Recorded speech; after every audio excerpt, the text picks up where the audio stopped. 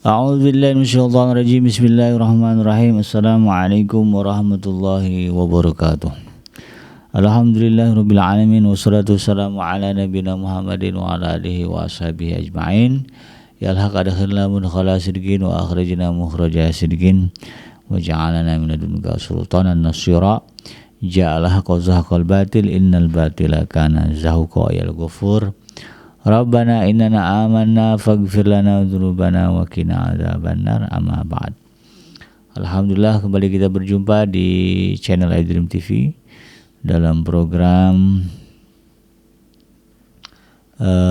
keluarga muslim ya, di mana insyaallah kita akan belajar tentang bagaimana mewujudkan rumah tangga yang sakinah, mawaddah dan warahmah, sehingga kemudian kita dan keluarga kita bisa berkumpul ya di surganya Allah Subhanahu wa taala nanti. Tidak lupa kita baca salawat dan salam. Allahumma salli ala Sayyidina Muhammad wa ala ali Sayyidina Muhammad. Assalamualaikum ayuhan Nabi wa rahmatullahi wabarakatuh. Semoga Allah terima salawat dan salam yang kita baca dan dilimpah curahkan kepada para nabi, para rasul ya, wabil khusus Rasulullah Muhammad sallallahu alaihi wasallam. Dan semoga kita termasuk ke dalam kelompok orang yang akan berbahagia ketika berjumpa dengan Allah nanti di yaumul mahsyar, dijauhkan dari siksa api neraka, dimasukkan ke dalam surga dan dipertemukan dengan Rasulullah Muhammad sallallahu alaihi wasallam insyaallah. Amin ya rabbal alamin. Sahabat iDream yang dirahmati Allah dimanapun Anda berada, di dalam kesempatan kali ini saya ingin mengangkat tema tentang menyikapi anggota keluarga yang berbohong ya, karena mau tidak mau harus diakui ya,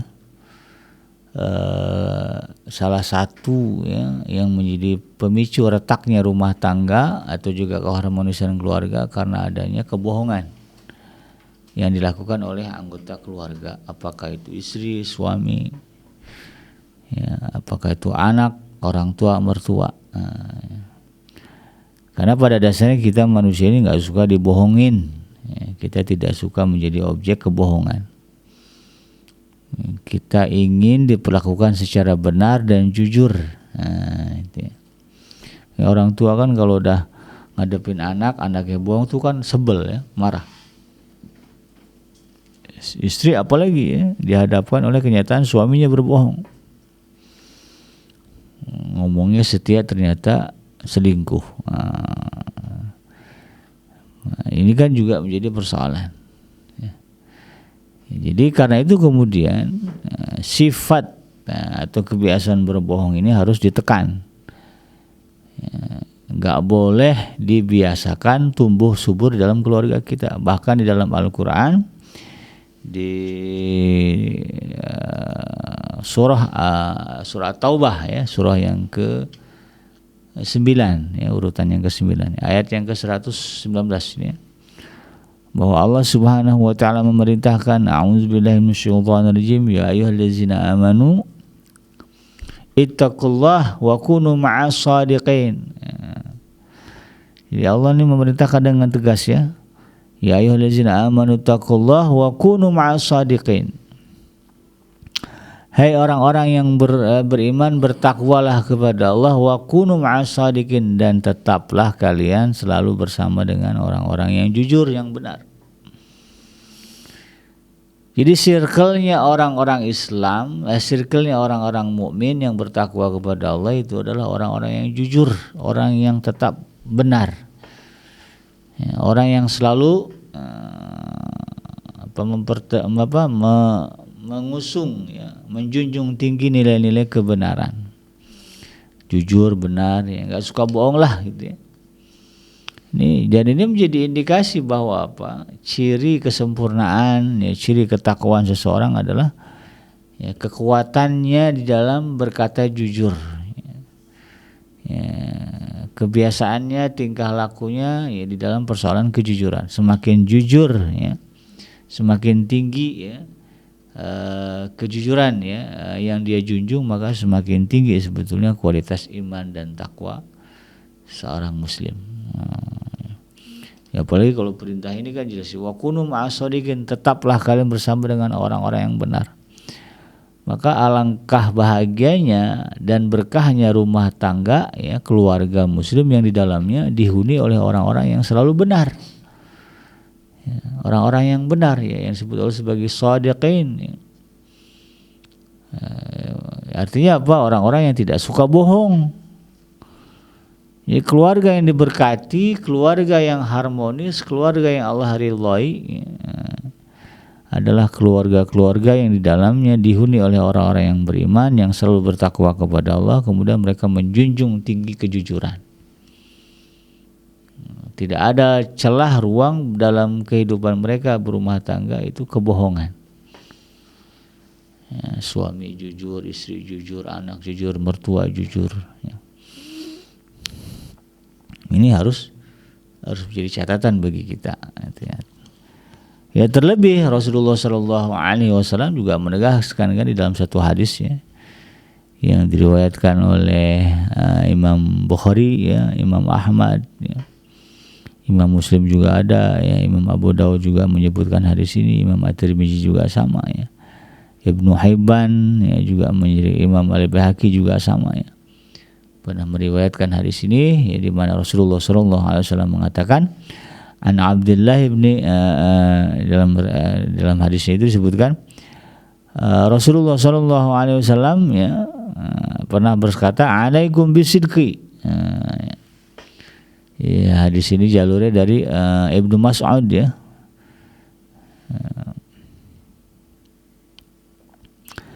Ya, Rasulullah mengatakan alaikum bisidqi, hendaklah kalian selalu bersikap berkata jujur, benar, gitu. Alaikum bisidqi, hendaknya kalian selalu bertingkah laku dengan mengusung tinggi nilai-nilai kebenaran. Jangan bohong lah, jangan dusta, jujur, ya. Fa inna sidqa, karena kejujuran itu, ya, kebenaran itu, kata Rasulullah SAW, yahdi ilal birri, ya, akan menjadi jalan petunjuk kepada kebaikan.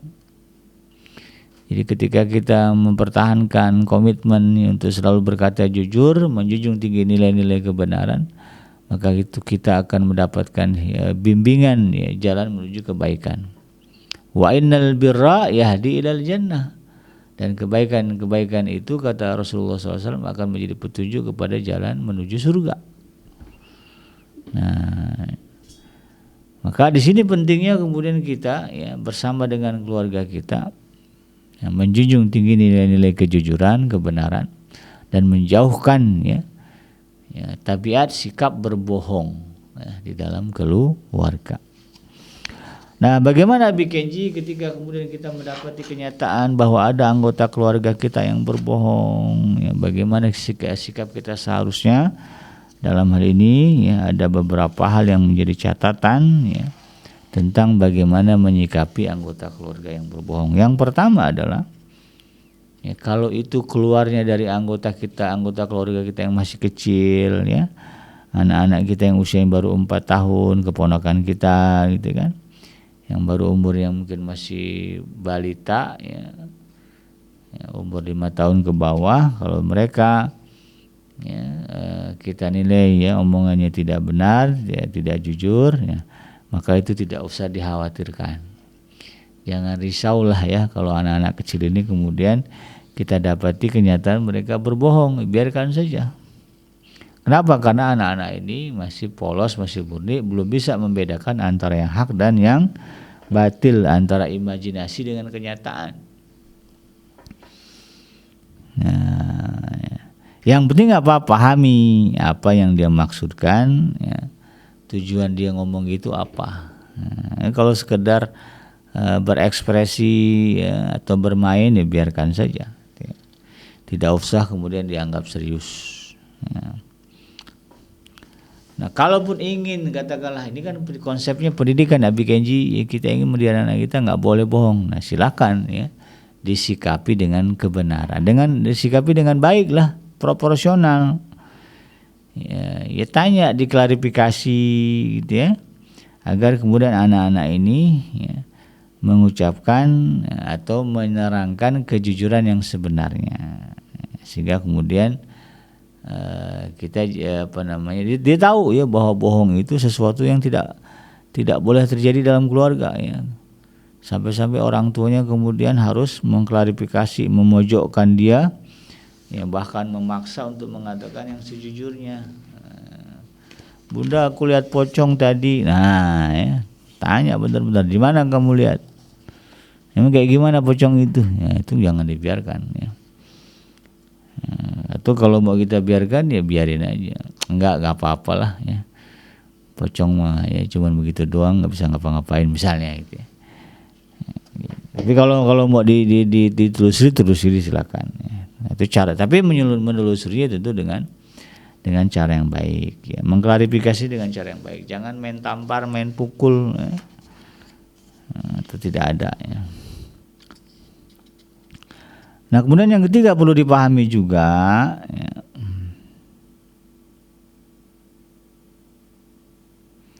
bahwa ya kadang-kadang anak ini berbohong, ya,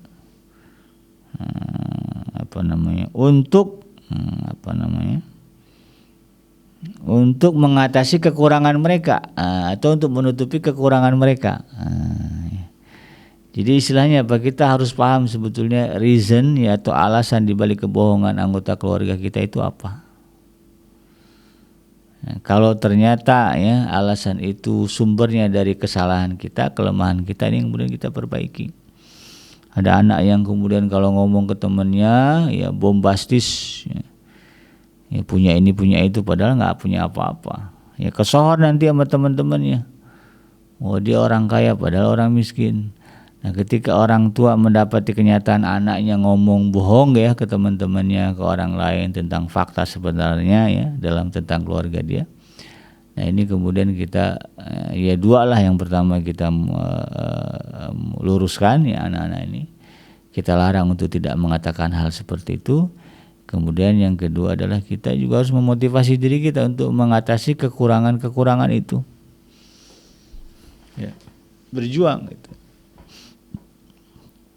Terutama itu tadi ya, misalnya anaknya ngomong begini begitu tentang orang tuanya, ya pokoknya disimpulkan orang tuanya kaya gitu ya, cukup gitu ya, dia bukan orang miskin. Nah, ini orang tua harus paham bahwa menjadi orang susah itu tidak enak, menjadi orang miskin itu tidak enak. Maka kemudian ya harus berjuang untuk mengentaskan kemiskinan keluarga.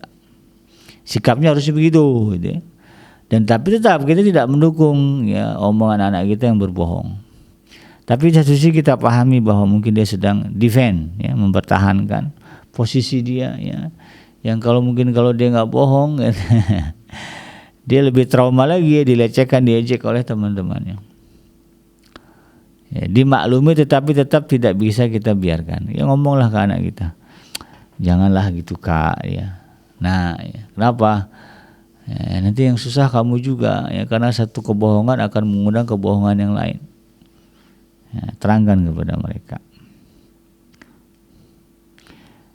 Dan yang paling penting apa? Ketika itu ya kebohongan itu muncul tadi karena persoalan rasa percaya diri, maka justru orang tua kemudian ya, mendorong agar kemudian anak bisa menumbuhkan rasa percaya diri dia dari sisi yang lain. Gak apa-apa nak kita miskin, tapi kan kamu cerdas, pintar. Di kelas selalu juara, ya, ujian nggak pernah nilainya rendah, ya selalu di antara 9, 10, 9, 10. Motivasi itu. Nah, sehingga kemudian anak-anak merasa iya juga ya, sebetulnya berbohong dalam urusan itu nggak perlu juga ya. Nggak perlulah sampai bohong gitu kan untuk menutupi persoalan kemiskinan. Toh ada sisi lain yang kemudian bisa dibanggakan. Nah, kemudian yang keempat apa? Ya, harus disadari juga bahwa ketika anak ini berbohong, jangan-jangan kita yang mencontohkannya. Nah, ini juga menjadi bagian dari sikap ya orang tua. Ketika kita mendapati kenyataan anak kita ini kok suka bohong ya, atau ada yang bohong ya, istri kita mungkin bohong ya, atau suami kita bohong, bisa jadi penyebabnya kita ya. Ya, istri bohong karena pernah dibohongin suami gitu ya, maka kemudian dia balas. Ya, suami bohong sama istri gara-gara istrinya pernah bohong sama dia, sehingga kemudian dia ya, melakukan kebohongan. Ya, kan ada istilah, emang kamu doang yang bisa selingkuh, saya juga bisa kan, nauzubillah, ya kan begitu ya, dalam keluarga suami istri gitu. Maka dalam hal ini sahabat Adrim yang dirahmati Allah, pentinglah bagi kita untuk kemudian membiasakan diri tidak mencontohkan kebohongan. Ya, sadarkan kakaknya, kak kamu kan punya adik, jangan sampai bohong ya kepada adik kamu. Jangan sampai kakaknya bohong. Ibu juga sama istri, jangan sampai ibu mengedepankan bohong kepada anak-anak. Ibu lapar nggak? Ibu nggak. Ibu bilang aja ibu lapar, tapi makanannya nggak banyak. Ya. Jadi bagi ibu yang penting kamu dulu makan. Daripada kemudian ibu lapar tidak nak, ibu kenyang, padahal perut bunyi-bunyi. Anak-anak ya kadang-kadang kan lagi main di rumah, tiba-tiba dengar suara jualan es krim ya, teloret. Nanya anaknya, apa tuh Pak, apa tuh Mah? Jawabannya jujur, tukang es krim. Jangan bilang itu monster, ya, jangan bilang itu tukang jamu, pahit, ya, jujur aja. Apa tuh Mah Pak? Tukang es krim. Es krim enak kan Pak? Enak. Ya, boleh nggak aku beli? Nggak ada uang nak. Lebih baik begitu. Nggak apa-apa dia nanti nangis-nangis teriak-teriak. Emang kelihatan nggak punya duit kan gitu ya. Nah, itu akan lebih berkah bagi kita daripada kemudian kita berbohong kepada anak-anak kita.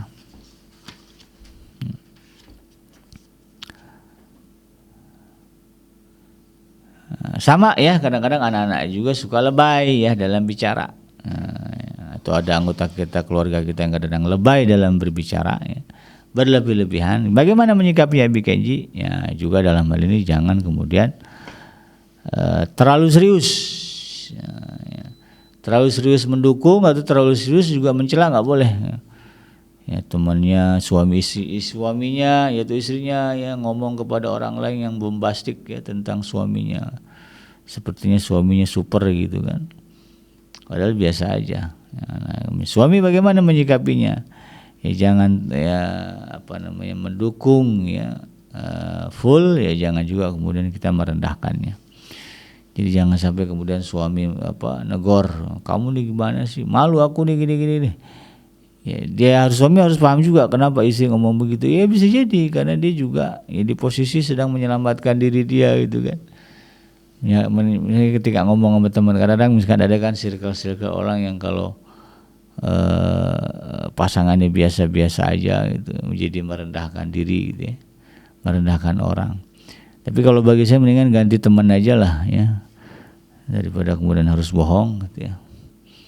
Ya kalau kenyataannya istri kita berteman dengan orang-orang yang memaksa dia untuk mengucapkan kebohongan ya demi pergaulan, bilang sama istri kita, udahlah ganti teman aja ya, cari circle yang baru aja ya. Ya, kumpul sama orang-orang begitu susah kita ya, mainnya main fisik ya, mainnya main materi gitu. Nah, itu sikapnya begitu ya. Jadi jangan kemudian juga kita marah-marah berlebihan ya, itu ada alasan lah anak itu berbohong, istri kita berbohong. Kemudian yang keenam ya, nah ini sangat penting adalah ketika kita mendapati ada anggota keluarga kita yang berbohong, maka seharusnya apa?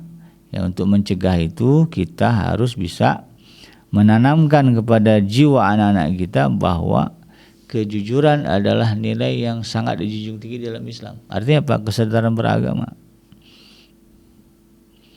Ya, sebagaimana hadis tadi kan Rasulullah mengatakan alaikum bisidqi. Ya, fa inna sidqa yahdi ilal birri, kan begitu. Hendaklah kalian selalu jujur, karena jujur itu menunjukkan kepada kebaikan. Maka dalam hal ini anak-anak kita ya, anggota keluarga kita lah ya, suami istri ya, harus ditekankan ya, agar kemudian mereka menyadari bahwa kejujuran lebih utama ya, untuk dikedepankan ya, daripada kebohongan. Ya, walaupun kebohongan itu mendatangkan manfaat, tetap saja kejujuran lebih baik kita kedepankan. Karena dengan itu nanti Allah akan menunjukkan kepada kita jalan menuju surganya Allah Subhanahu wa ta'ala.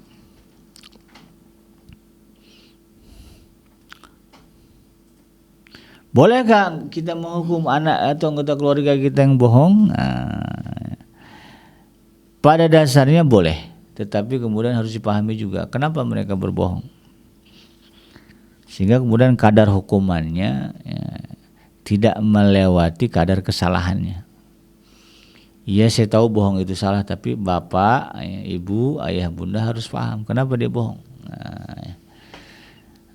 Kalau kemudian sumbernya adalah kita kebohongan itu, jangan terlalu keras menghukum anak. Sebaliknya apa, hukumlah diri kita gitu kan, gara-gara kita anak itu jadi bohong. Ya. Ini yang kemudian kita harus pahami juga. Ya. Nah kemudian sahabat hadirin rahmatullah yang ke-8 ya, untuk menghilangkan sifat berbohong dari diri seorang anak misalnya, maka kemudian kita harus bisa